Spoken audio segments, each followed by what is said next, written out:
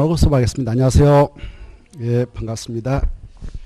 자, 오늘은 건축법을 처음부터 마지막까지 총 정리해서 나갈 예정인데요. 우리 문제집 230페이지를 보도록 하겠습니다.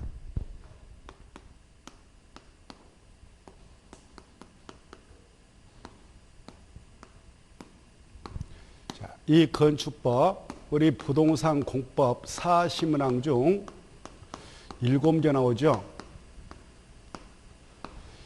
7개 나오면 바로 최소한도 3문제, 4문제는 마치도록 공부를 하셔야 되고, 그 정도로 맞출 수 있습니다. 약간 좀 난이도 높으면 좀 어려운 문제가 2문제 이상 나올 수가 있으니까 감안하시고, 최소한도 중급하고 하급은 마치도록 했으면 좋겠습니다.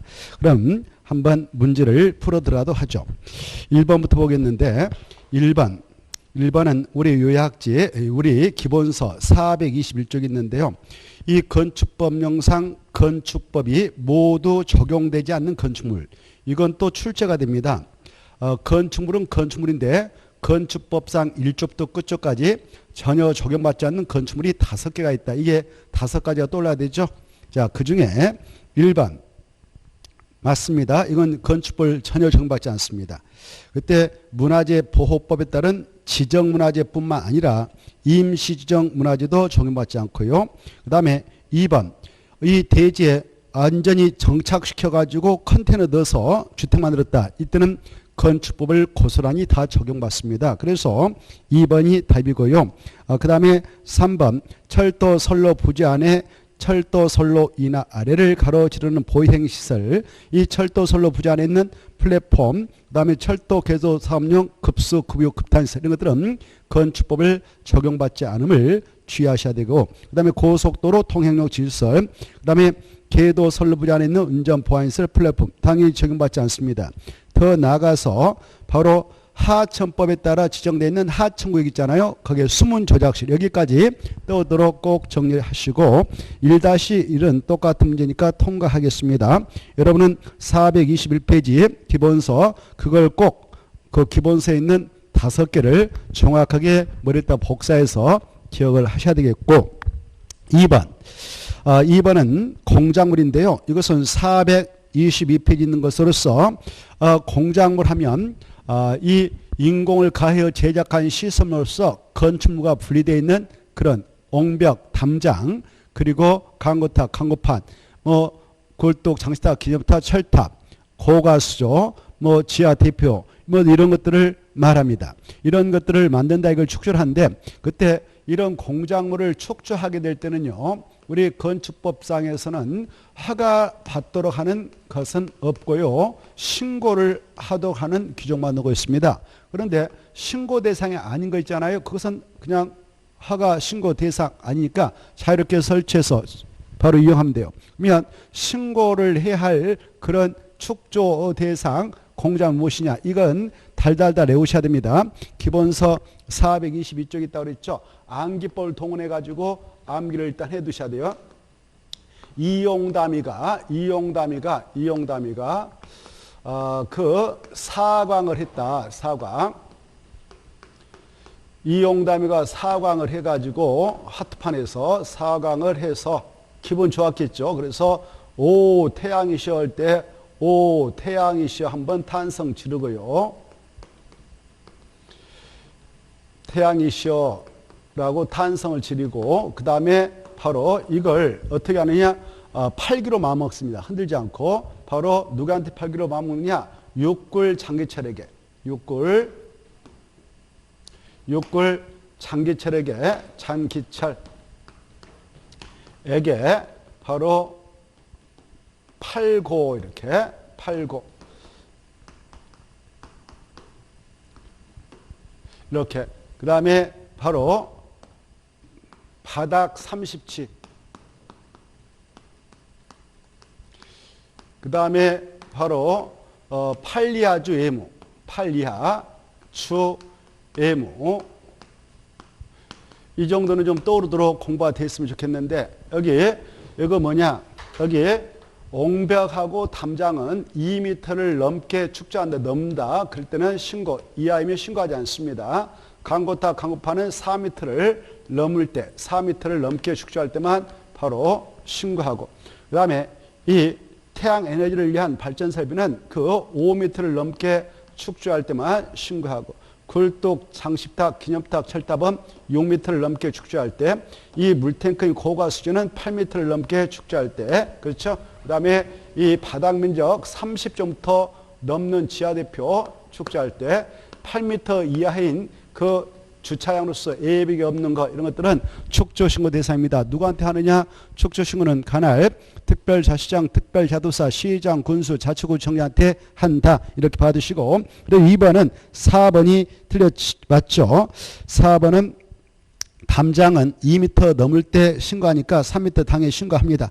그리고 나머지는 다 그 기준에 미달하니까 신고할 필요 없이 자유롭게 축조하면 되고요. 3번. 이 3번은 우리 요약 기본서 423쪽에 있는데요. 대지. 잘못된 거죠. 자, 이 건축법상 대지라고 하는 것하고 우리가 정비법상 공부했던 대지 정의는 다르다. 도시 및 주거용 정비법상 대지라 했던 것은 정비사비하여 조성된 토지를 말했지만 건축법에서 대지는 1과 같습니다. 2를 묶어쳐가지고 1번과 2번을 바로 1번 아니라 1번하고 또 외해도 있습니다. 그래서 외해 1번이 원칙이라면 1번 끝에 있다가 바로 외해도 있다 이렇게 써놔요. 1번 끝에 있다가 외해도 있다. 그래서 여러분은 423페이지 이하를 기본서 좀 체크를 해서 공부하셔야 돼요. 이 건축법상 대지라고 하는 것은 하나의 대지라고 하는 것입니다. 이렇게 하나의 대지가 확정되어야 이 면적 대비 건폐를 적용해서 건축 면적을 확보해 나가죠. 이 건폐라는 것은 대지 면적에 대한 건축 면적의 비율을 말하는 것으로서 바로 하나의 대지 면적 속에서 확보 관한 최대 건축 면적을 규제하자는 것이 건폐율이죠. 이때 이 하나의 대지라고 하는 것은 뭐냐? 우리 지적도라든가 산은 임야도에 표시되어 있죠. 그때 한 필지 한 필지가 있다. 그 도면상. 그러면 이 한 필지가 곧 하나의 대지가 되는 것이 원칙입니다. 그런데 외주로 이렇게 도면상 두 필지가 있다. 뭐 그 이상도 있다. 그러더라도 이 두 필지 이상의 필지를 합해서 하나의 대지로 할 수도 있고요. 또 한 필지 일부만, 또 뭐 두 필지 일부도 좋아요. 이렇게 일부를 하나의 대지로 할 수도 있다. 이렇게 알겠죠? 이 세 가지 경우수가 있다. 한 필지가 곧 하나의 대지가 되는 경우가 있지만 외주로 두 필지 이상의 필지를 합해서 하나의 대지로 만드는 경우가 6가지가 있고 한 필지 이상의 필지 일부를 하나의 대지로 할 수 있는 경우가 5개가 있다. 이런 것들을 알아두셔야 돼요. 알겠죠? 자, 그래 이때 이 필지라고 하는 뜻은 우리 공간정보의 구축 및 관련 법률에 규정되어 있기 때문에 이 필지 그래서 이 하나의 대지라고 하는 것은 바로 공간정보의 구축, 그 법도 이름도 알아두세요. 공간정보의 구축 및 관한 법률에 따라 각 필지로 나눠진 한 필지 한 필지로 나눠지는 것이 하나의 대지인데 외해주로 둘 이상의 필지를 합해서 하나의 대지로 할 수도 있다. 1 이상의 필지 일부를 하나의 대지로 할 수도 있다. 이런 것들을 새겨두시고 3번 들어가 볼까? 1번 일단 원칙 공간정보법에 따라 각 필지로 나누는 토지를 말한다. 그리고 아까 외해주로 있다고 그랬죠. 2번 하나의 건축물을 둘 필지 이상에 걸쳐 건축하는 경우 그 건축물이 건축되는 각 필지의 토지를 합한 토지도 하나의 대지로 할 수 있다. 이렇게 여기다가 건물을 건축하는데 이게 건축물이 건축되는 것이 세 필지 걸쳤다고 하면 이것을 하나의 대지로 할 수도 있다 이거죠. 맞고요. 3번 이 각 필지의 지번 부여직이 서로 다르다. 그러면 이 공간 정보의 구축이 관한 법률에 따라 바로 그 필지는 합병이 불가능합니다. 그러나 그 필지의 각 필지의 소유자도 같고 각 필지의 소유권의 권리관계가 같을 때는 그걸 합해서 사용하겠다 그러면 건축법상에서는 하나의 대지로 해줄 수도 있죠. 그래서 3번도 맞습니다. 소유자도 같고 소유권의 관계가 같을 때는 하나의 대지로 해줄 수도 있고요. 그 다음에 네 번째 두 필지 이상에 걸쳐서 자 이렇게 두 필지 이상의 필지에 걸쳐서 도시군계시설이 설치되는 경우 그 시설을 설치는 일단 토지를 하나의 대지로 할 수 있다. 그렇죠. 여기 이렇게 두 필지가 있는데 여기다가 무슨 폐기물 처리 및 재활용소를 설치하고자 여기다 턱 결정했다. 그러면 그걸 도시군객시라 하죠. 이걸 설치하게 됐는데 이 필지가 두 필지에 걸치게 되면 이것이 들어설 이 두 필지를 하나 의대로 할 수도 있고요. 5번 서로 인접하고 있는 두 필지 소유권과 수권 이해의 권리관계가 같은 경우에도 집안이 서로 연속되지 아니한 경우는 그래 서로 연속되지 않으면 합병은 불가능하지만 그러나 건축법상에서는 하나의 대로 할 수도 있습니다. 그래서 없다가 틀렸죠. 있다 넘어가시고 자 그 다음에 우리 건축법에서요 이렇게 두 필지 이상의 필지를 하나의 대로 인정해 줄 수 있는 경우가 6가지 있다고 그랬죠. 이제 금방 이렇게 하나의 건축물을 두 필지 이상에 걸쳐서 건축하게 될 때 그 건축물이 걸쳐게 되는 두 필지 이상의 필지를 하나의 대로 할 수도 있고 아까 이 도시 군객 시설을 결정해서 설치하게 되는데 그 시설 부지가 두 필지 이상에 걸쳤다 그러면 그 필지 전부를 합해서 하나의 대로 할 수도 있고 그 다음에 이 필지하고 이 필지가 있는데 이쪽은 여기는 바로 한국동 여기는 세종동이고 여기는 한국동이다. 이렇게 바로 동이 서로 다면 지번 부여지기 서로 다르다 그러는 거예요. 서로 다르지만 이 땅도 A의 것, 이 땅도 A의 것이다. 그리고 소유권의 권리관계도 깨끗하게 같다. 그러면 이 친구 그 공간정보의 구축에 관한 법률에 따라 지번 부여지기 서로 다른 땅이니까 합병은 불가능할지라도 건축법상에 따라 자기 땅이니까 건축물 건축할 테니까 하나의 대의로 인정 좀 해주세요. 그러면 알아서 하나의 대의로 인정을 해줄 수도 있다 이거죠. 그래. 그 다음에 이 땅하고 이 땅이 있는데 이 땅하고 이 땅 이렇게 사이에 무슨 국어 같은 거 있어가지고 집안이 끊겼어. 그래서 서로 집안이 연속되어 있지 않지만 이 땅도 A의 것, 이 땅도 A의 것이다. 그리고 소유권의 권리관계도 깨끗하다. 그런 상태에서 A가 이 땅 천정부터 이 땅 처음부터 두 필지가 있는데 이걸 하나의 대로 좀 인정을 해주세요. 건축법상. 그러면 알아서 2천년부터를 하나의 대로 인정해 줄 테니까 그 면적 대비 건폐용률 정해서 건물 줘도 된다라고 할 수 있어요. 이렇게 각 필지에 그 집안이 연속되어 있지 않아서 공간정보의 구축 및 관련 법률에 따라 합병은 불가능할지라도 건축법상 그 각 필지의 소유자가 같고 소유권의 권리관계가 같다면 하나의 대로 인정을 해줄 수도 있다. 그리고 이 땅은 지적도에 이 땅은 임야되어 있다면 축척이 서로 다를 수밖에 없네요. 그때는 A 거 A 거라도 합병을 할 수 없어. 붙어있다 하더라도 그때는 합병은 불가능하니까 합병은 못하지만 그 소유자가 같고 소유권의 권리관계가 같다면 건축법상 하나의 대로 인정을 해줄 수 있다는 거 알아주시고 그 다음에 바로 이렇게 이 땅이 도로입니다. 이 땅이 도로 밑에 그 여러 필지가 지금 도로가 구성되어 있는데 그 속에 바로 지하 건물을 넣기로 결정했어요. 그때 지하 상가를 짓기로 했다면 그것을 결정한 그 땅 속에 있는 여러 필지도 하나의 대지로 인정을 받을 수가 있다 이렇게 하시고 그 다음에 이렇게 이 땅하고 이 땅은 바로 지금 두 필지인데 이걸 건축을 하려고 이렇게 해서 두 필지 합해서 그 면적 대비 건폐용을 정해서 건축허가를 신청하겠는데 건축허가를 신청할 때는 아직 합치지 못해서 시간이 없어가지고 절차상 그러나 건축허가 신청할 때 건축공사 다 끝나고 나서 바로 허가권자님한테 사용승인 신청할 때까지는 이걸 합쳐서 오겠습니다. 합칠 것을 조건으로 두 필지 이상의 필지를 합칠 것을 조건으로 건축허가를 받아갔다면 이것도 하나의 대로 인정을 해줄 수 있는데 그때는 각 필지의 소재가 같아야만이 가능하다. 이런 것들을 꼭 알아두시기 바랍니다. 자, 그 다음에 이제 232페이지 바로 4번도 한번 볼까? 이거죠. 바로 한 필지 일부, 두 필지 일부, 이 한 필지 이상의 필지를 하나의 대로 할 수 있는 경우죠. 어떨 때냐? 이 땅이 농지다, 산지다 그러면 여기서 산지정 허가를 받아요. 통째로 두 필지 전부, 한 필지 전부를 통째로 받는 게 아니라 이렇게 일부, 한 필지 일부, 두 필지 일부를 측량해서 여기다 농지정 허가 받았다, 뭐 산지정 허가 받았다 그러면 그거 일부에 받았죠? 그러면 그 부분만 하나의 대로 인정을 받아갈 수도 있다. 그 다음에 바로 역시 국토협상 개발의 허가 받을 때도 한 필지 일부, 두 필지 일부 있다 개발의 허가를 받아갔다면 그 허가 받은 분만 하나의 대로 좀 인정해 주세요. 그러면 할 수 있어요. 그 다음에 이렇게 한 필지가 됐든 두 필지가 됐든 그 이상이 됐든 여기다 도시군계획 시설결정 고시했어. 그때 그 결정 고시된 부분만 하나의 대로 인정을 해 주세요. 그러면 할 수 있어요. 법적으로. 그 다음에 자 원래 이게 한 필지였는데 건축물을 여기다 건축하려고 하는데 아직 분필을 못했어. 그러나 이 필지 앞에는 일이 숨어 있어요. 한 필지를 나눌 것을 조건으로 이렇게 이게 중요해. 나눌 것을 조건으로 건축가 이루어졌다.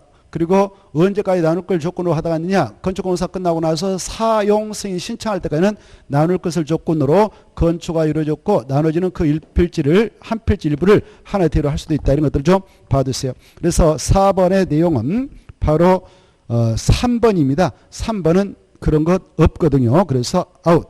5번.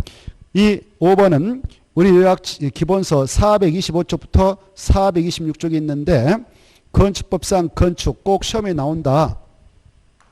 그래 이 건축법상 건축이라고 하는 것은 세울 건이요 축조하다. 축조해서 세우는 게 건축 행위인데 그래서 철거라든가 용도만 바꿔치는 용도 변경이라든가 크게 고치는 대수는 건축 행위에 들어가지 않음을 이해하시고 그래 이 건축이 뭐냐 그러면 달달달 하셔야 되죠. 그 신축도 있고 건축물을 신축한다, 증축한다, 그 다음에 개축한다, 그 다음에 재축한다, 그 다음에 건축물을 이축하는 거 아니고 이전한다. 이걸 특히 유념하시고 자 그래서 5가지 행위를 말한다 이거. 그 다음에 이제 5가지 행위죠. 신축이 뭐냐, 증축이 뭐냐, 개축, 재축, 이전. 이걸 여러분은 정확하게 숙제해서 문제 나오니까 맞춰야 되겠습니다. 이 신축이라는 것은 3가지 경우수를 생각하시기 바랍니다. 4가지 경우수가 신축이다. 자, 몇 가지가 있다고요?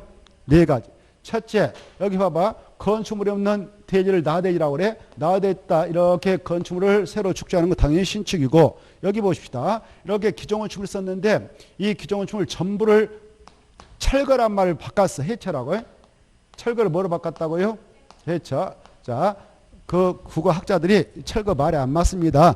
해체입니다. 해체 해가지고 용어를 바꿨으니까 해체. 그래 기존건축물을 전부 해체가지고 종전 건축물보다 더 크게 이렇게 축조했다. 그러면 신축. 정정과 같은 범위 내에서 다시 하면 개축. 알겠죠? 그 다음에 기존 건축물이 이렇게 딸랑딸랑 3동이 있었다. 라고 가정하고 다 1층인데 여기 이것도 그 바닥 면적 100. 그러면 이 하나의 건축물로 각층 바닥 면적 합계가 연면적이니까 이 건축물로 연면적은 100. 이 안에 연면적 합계는 300 이렇게 되거든. 그런데 여기에서 천재지변이 발생해서 삑 천재지변이 뭔지 알죠? 하늘에서 내려온 재앙이 폭우 이번에 폭우 내려가지고 난리 났죠. 그래서 폭우에서 슉 날아갔어. 이걸 멸실이라고 그래. 그래 그런 재로 멸실돼 가지고 이걸 싹 정리했어. 정리해가지고 바로 정전의 연면적 합계가 300했죠. 그 300의 범위 내에서 이렇게 한 동으로 만들었대. 한 대. 그래 300으로 만들었다. 뭐 100으로 만들었다. 200으로 만들었다. 그러면 바로 설령 이게 바로 한 동으로 줄어들고 역으로 4동으로 늘어났다 하더라도 여기 200, 여기 200, 여기 100, 그냥 200, 여기 50, 또 하나 50, 이렇게 해도 똑같네. 세도. 아무튼 4동으로 만들었더라도 그래 동수가 늘어났다 하더라도 기존의 연면적계 범위에서 다시 주하면 그건 뭐다고? 재축. 근데 정전의 연면적 합계가 300이었는데 400으로 키워버렸다. 연면적 합계를 그러면 무조건 신축. 알겠죠? 그 다음에 부속 건축만 대지에 뭐 화장실만 있는 건축물이 있다. 이런 부속 건축만 있는 대지에 주된 건축물을 축조하는 것도 신축이다. 이거 받으시고 그 다음에 이제 이전이라는 것은 기존 건축물이 있었는데 이 기존 건축물로 주요 구조물을 해체하지 않고 같은 대지 안에 대지 안에서 위치만 옮기는 것이다. 그거 알아주시고 재축 종료했죠. 그 다음에 개축했고 증축은 기존건축물이 있었는데 이 기존건축물을 건축 면적 늘렸다, 연면적 늘렸다, 높이 늘렸다, 층수 늘렸다. 그러면 증축이다. 이걸 정확하게 여러분은 숙지하시고 공부를 해 두셔야 됩니다. 5번 틀린 거.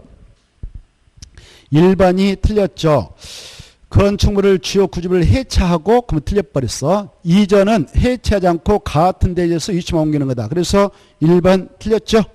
그 다음에 2번, 3번, 4번, 5번은 맞으니까 통과하고 6번 같은 문제인데 또 보죠. 건축 옳은 거. 1번 건축물이 없는 대지에다 줄 것이고 나대지. 새로 건축물 축조하는 것은 신축, 증축 틀렸고 2번 기존 건축물이 전부 철거란 말 지워버리고 해체로 수정. 전부 해체, 전부 멸시된 대지에 정정과 같은 규모의 범위에서 건축물을 다시 축조한다. 그러면 신축이다? 아니야. 바로 정정과 같은 할 때 같은 규모 할 때요. 같은을 지워버려요. 가짜도 지워. 정전보다 더 큰 이렇게. 정전보다 더 큰 이렇게 써놔요. 정전보다 더 큰 규모로 뒤에 정정 같은 규모의 범위에서 그 말 지워버리고 정전보다 더 큰 규모로 건축물을 다시 축조하면 신축이다 이렇게. 3번 층수가 늘어났다 그러면 증축이죠. 그래서 해당하지 않는다가 아니라 해당한다. 증축에 해당한다. 4번 재축이란 전부 철거란 말 지워. 철거란 말 지고 해체로 수정해.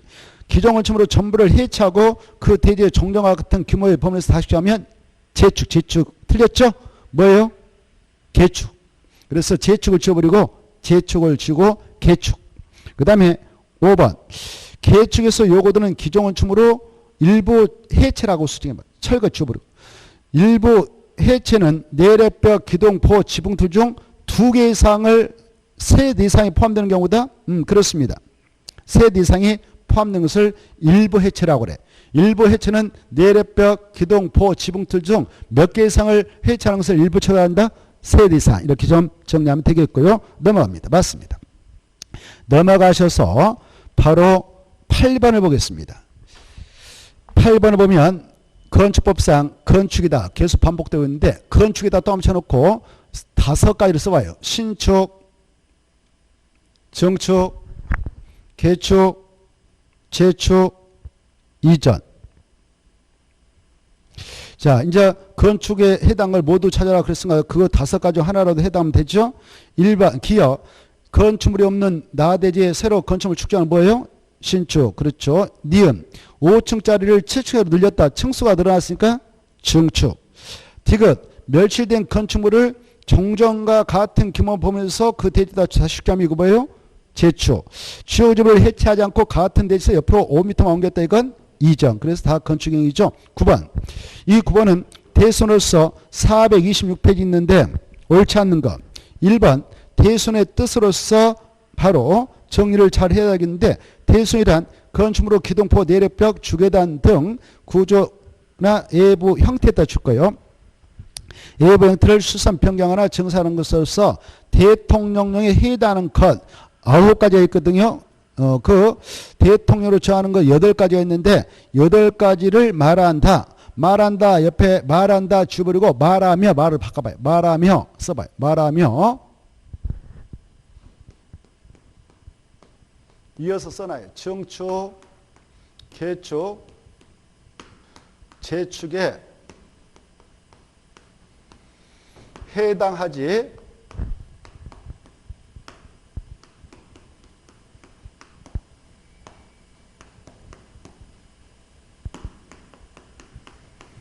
아니하는 것을 말한다. 여기까지 나와야 대수는 뜻이 정확해지는 거예요. 이 문제를 만들었던 선생님이 엉성해서 좀 그래. 그래서 이 말까지 붙여놔야 대수는 용어가 정확하게 드러나는 겁니다. 그래서 일단 대수라면 뭐가 아니어야 된다고요? 증축도, 개축도, 재축도 아니어야 돼. 알겠죠? 자, 그런 가운데 2번 이 대수는 신건축에 해당하지 않는 아까 건축은 5가지 했었죠? 신축, 중축, 개축, 재축, 이전. 그래서 아니다. 맞어요. 3번 기둥과 포, 지붕틀을 각 2개 이상 수선한 것은 대손에 해당한다. 틀렸죠? 최소한 몇 개 이상 수선의 대손이냐? 3개 이상. 그렇죠? 기둥 3개, 포 3개, 지붕틀 3개 이상 수선하고 평리야 대수선에 해당하지 이것은 일반 수선에 불과해서 대수선이 아닙니다. 그 다음에 4번 이 기둥을 기자 앞에는 일이 숨어 있어 한 개의 기둥만 증설해도 더 집어넣어도 빼내도 해체 그러면 대수선이에요. 근데 수선하고 변경할 때는 3개 이상 건드려야 한다. 그 다음에 5번 맞습니다. 넘어가시고 그래 여기는 안 나왔지만 여러분은 426페이지 대수선의 내용을 좀 눈으로 찍어 놓을 필요가 있어요. 알겠죠? 자, 그래 대수선에 해당 거 이제 금방 했던 거 빼고도 내래벽을 증설 해체 변경한 것도 대수선이죠. 자, 내래벽을 증설 해체하면 대수선, 내래벽의 백면적을 30제곱미터 이상 수선 변경하는 것이 대수선. 이런 거 떠올려야 되고 그 다음에 기둥, 지붕틀 이런 것들을 증설하고 해체할 때는 한 개만 해도 대수선인데 이걸 수선하고 변경을 하게 될 때 대수선 되려면 3개 이상 건드려야 알죠? 그 다음에 자, 그 방화벽을 증설, 해체, 수선, 변경하면 다 대수선. 방화 구역을 위한 벽을 증설, 해체, 수선, 변경하면 대수선. 주계단, 피난계단, 특별 피난계단을 증설, 해체, 수선, 변경하면 대수선. 그 다음에 다가구택의 가구간, 다주택의 세대간 그 경계를 증설, 해체, 수선, 변경하면 대수선. 건축물의 예백의 마감재질을 증설, 해체하도 대수선. 그 벽면적을 30제곱미터 이상 수선 변경도 대수선. 여기까지 딱 떨어지게 눈으로 찍어놔야 여러분은 문제를 풀 수 있는 힘이 생깁니다.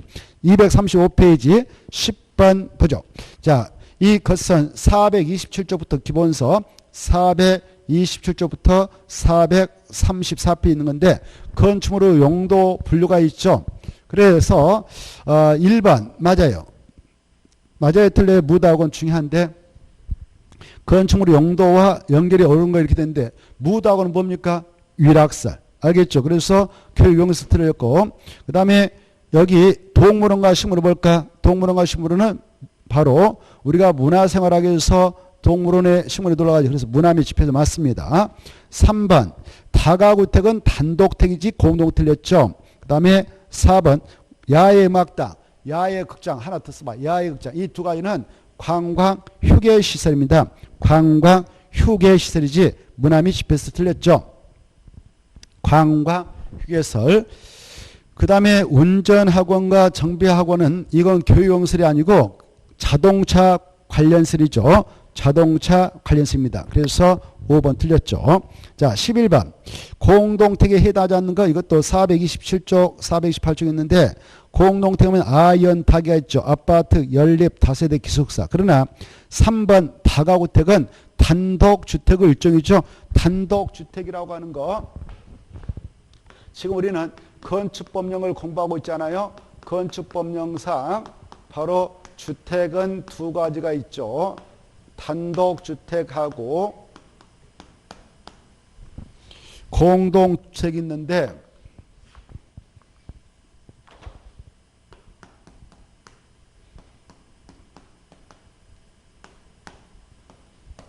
이때 단독주택은 다시 네 가지가 있죠.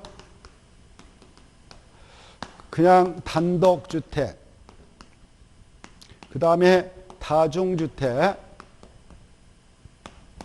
그 다음에 다가구주택, 공간 이렇게 됩니다. 그래서 이거 다가구하고 다중은 단독택이지 공동택 아니다. 그런데 이 공동택은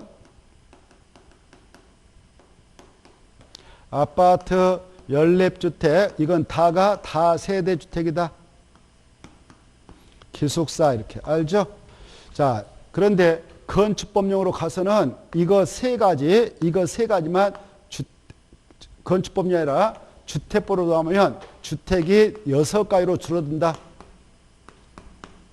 주택법상 주택은 6개 알죠? 그래서 주택법상에서는 공간 아니다. 기숙사는 주택이 아니다. 이런 것들을 한번에 정리하시기 바라고 넘어갑니다. 넘어가셔서 12번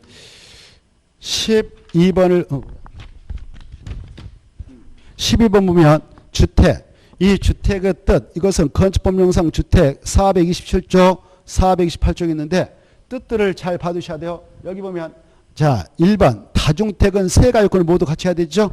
맞아요. 세 가지 뭐냐?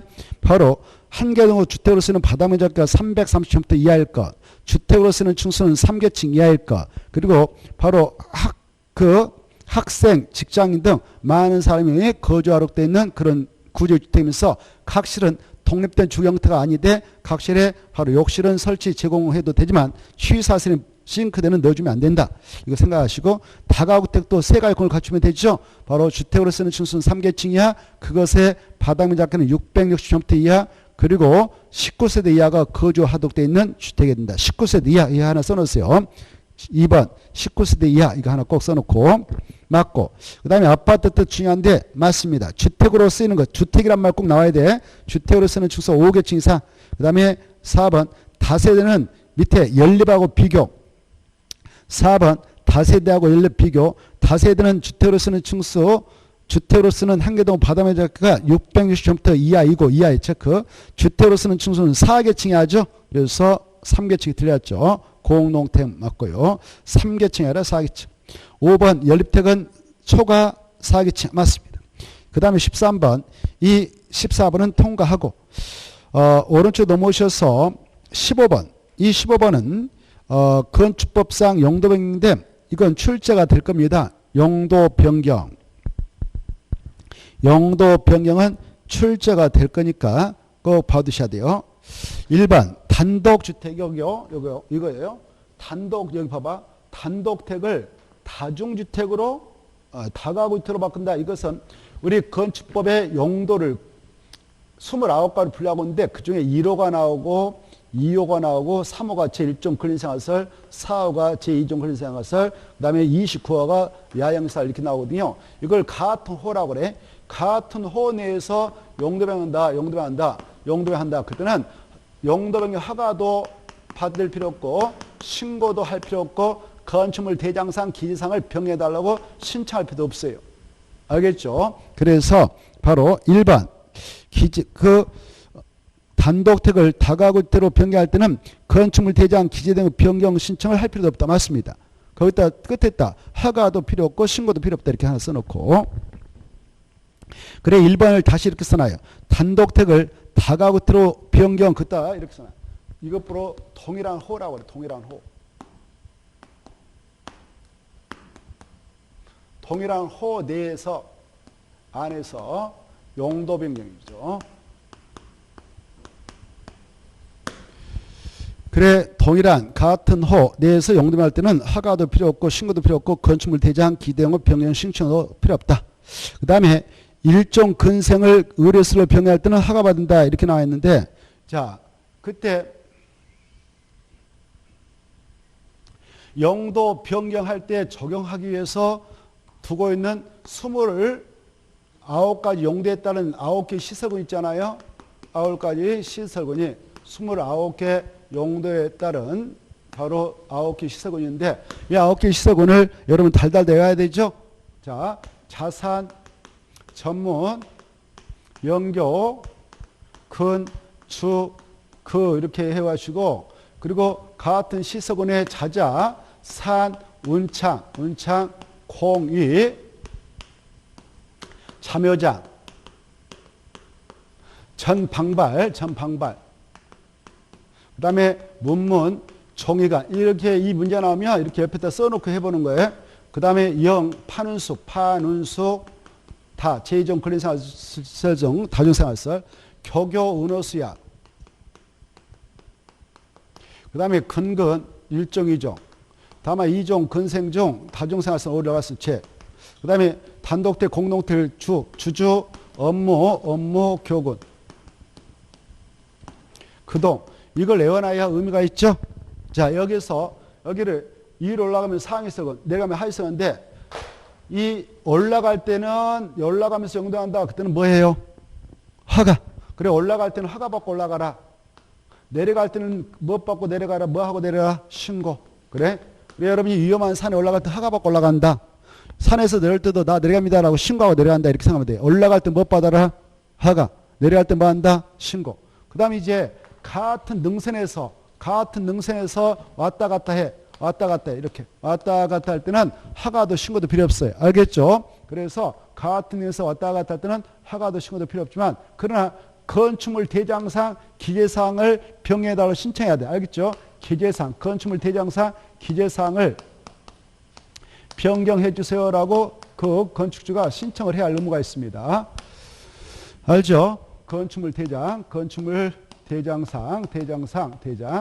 기재사항을 변경해달라고 신청할 의무가 있어요.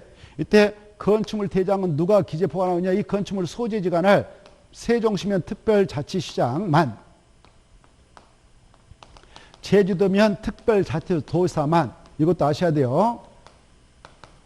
그 다음에 팔도에는 시에서는 시장만, 군에서는 군수만, 서울특별시대 광역시는 자치구청장만, 그리고 광역시 내 군에서는 군수가, 이렇게 돼요. 그래서 건축물 대장을 기재 보관하는 자는 이자들이니까 이네들한테 건축물 대장을 기재 관리하고 있는 이네들한테 용도 변경 허가를 받든 신고하든 이걸 해야 된다. 이것도 알아두셔야 되겠어요. 알겠죠? 자, 그래서 이걸 바탕으로 해서 문제를 풀어보면, 동그라미 2번 여기요. 제1종 근린생활서를 바로 의뢰설로 영접하네요. 올라갈 때 아까 뭐 받고 올라가라? 허가. 그래서 2번 허가 받아 맞고, 그 다음에 3번 숙. 여기 있죠. 숙을 바로 수로 바꾼다. 수가 어딨냐? 여기 있죠. 수련서. 내려가네요. 뭐 해요? 신고하고 되면 되죠. 맞고.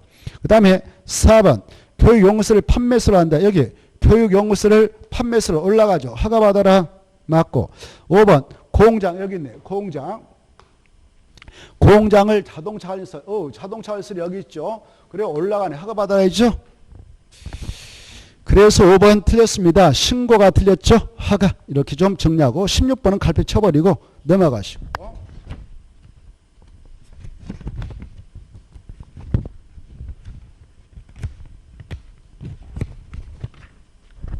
17번. 이 17번도 바로 똑같은 내용입니다. 그런데 여기에서 이 용도 변경을 하게 될 때 그 건이 허가 대상이었던, 신고 대상이었던 용도 변경하려는 바닥 면적 합계가 100제곱미터 이상이고 100제곱미터 이상이고 대수선 공사까지 수반되었다. 그래서 용도에 맞췄다 그러면 사용승인 규정을 준용해서 사용승인을 받아야 됩니다. 사용승인 규정을 적용합니다. 그런데 바로 대송사를 하지 않았다. 대송사.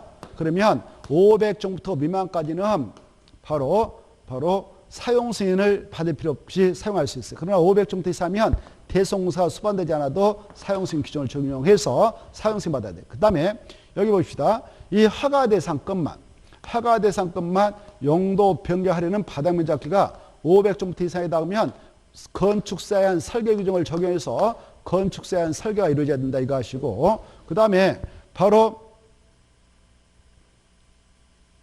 여기 우리가 이렇게 건축물 하나가 있어요.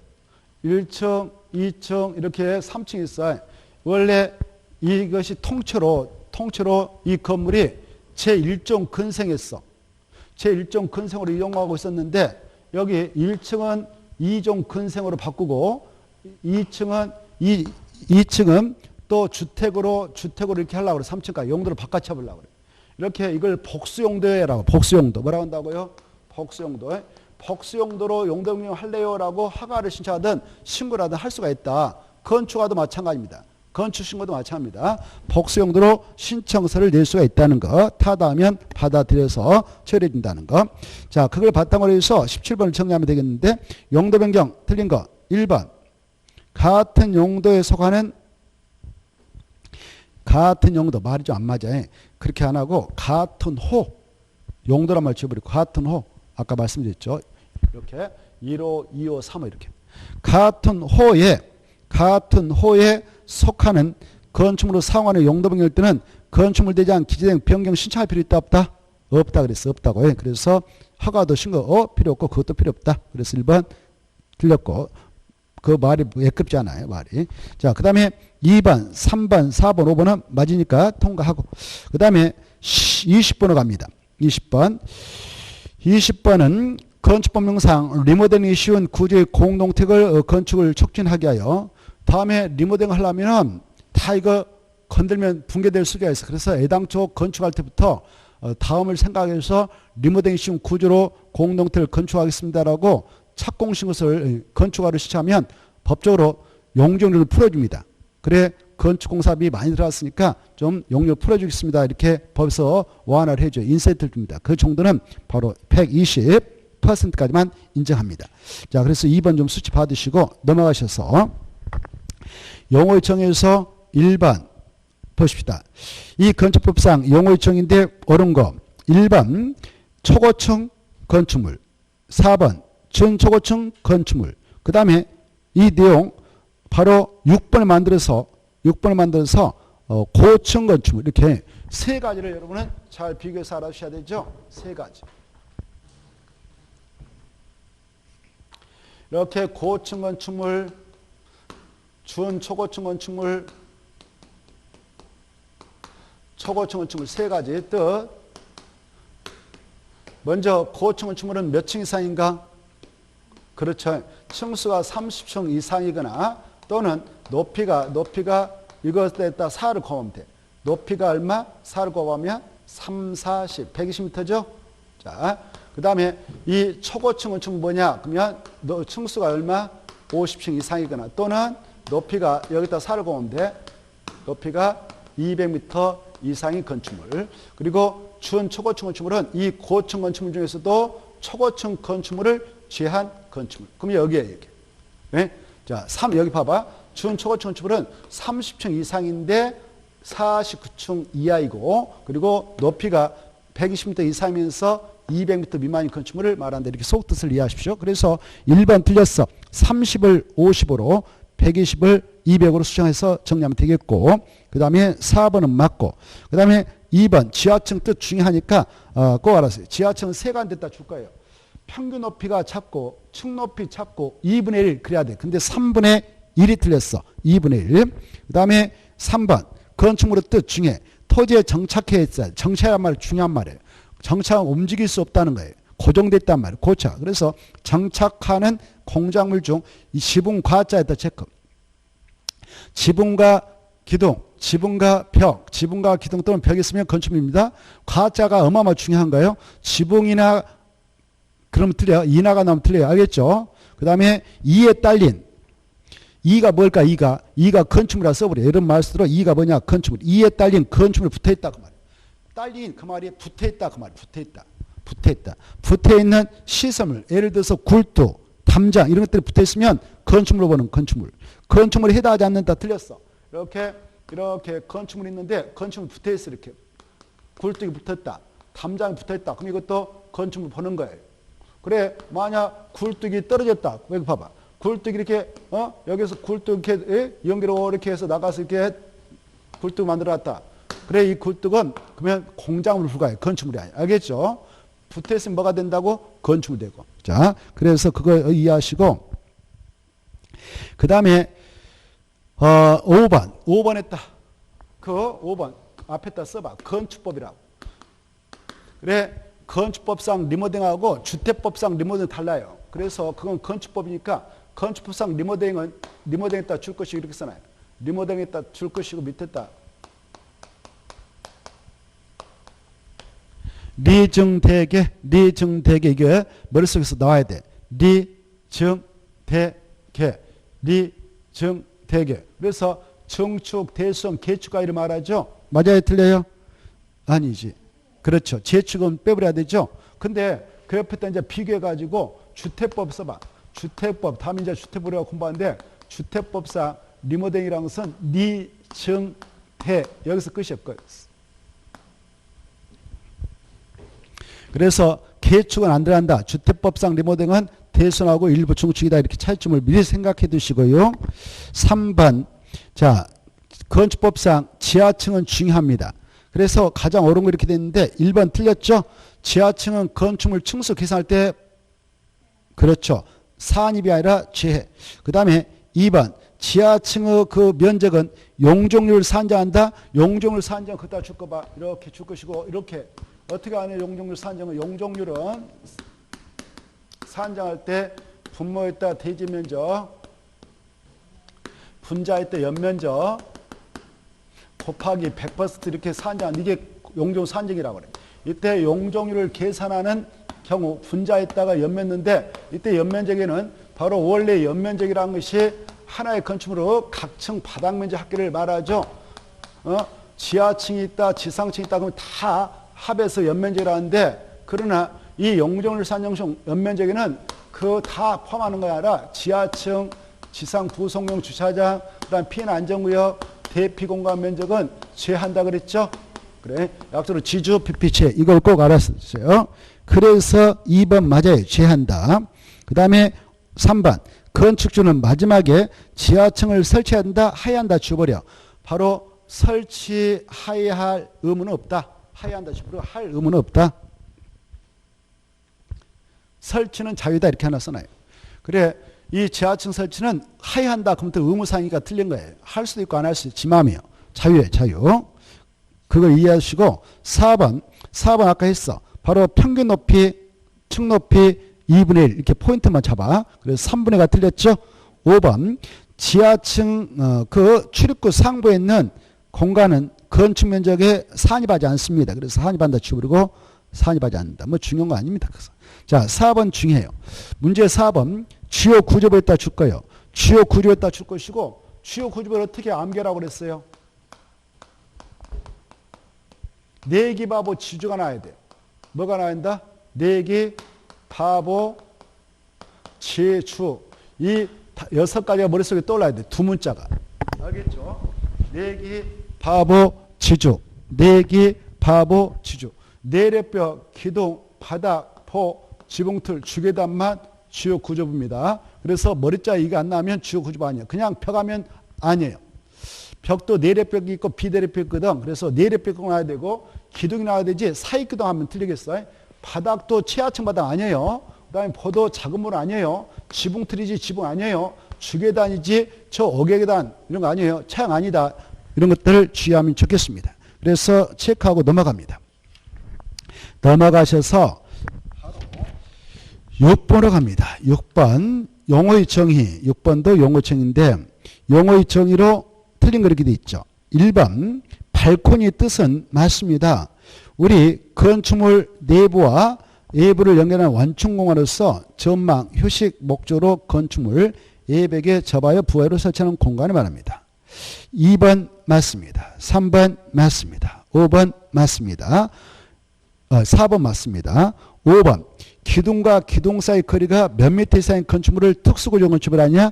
20m입니다. 20m. 그래 특수구조 건축물은 3개 있어요.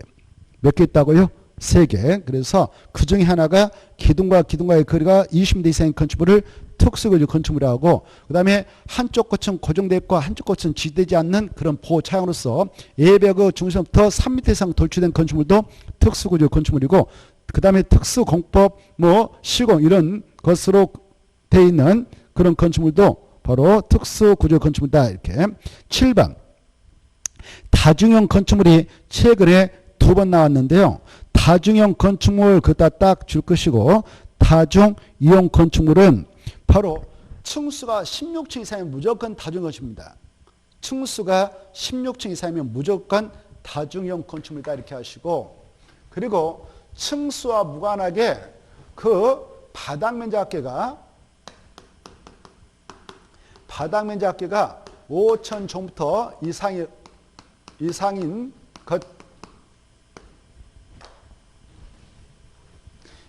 것 중 바로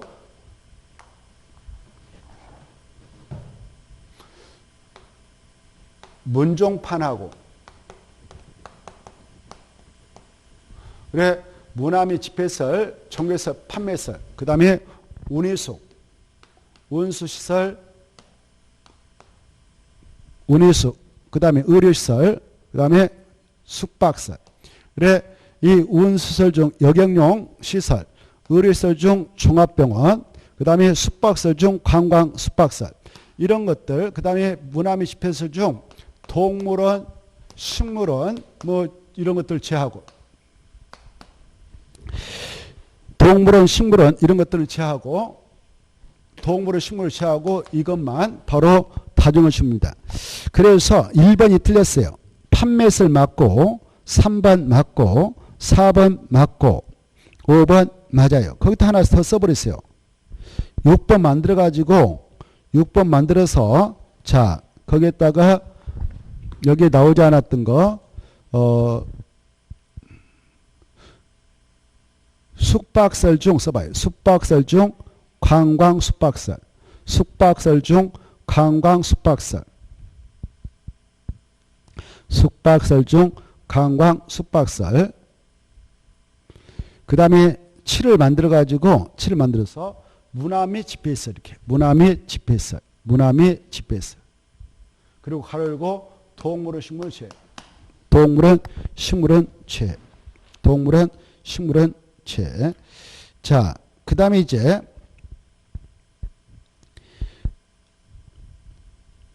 오른쪽 넘어오셔서 9번. 9번까지 하고 쉬었다 하겠는데 검축법령상 검표를 꼭 알아야 할 내용이죠. 옳지 않는 거.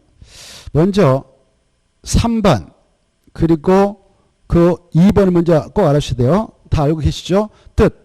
건폐율은 대지 면적에 대한 연면적의 비율인데 미안해.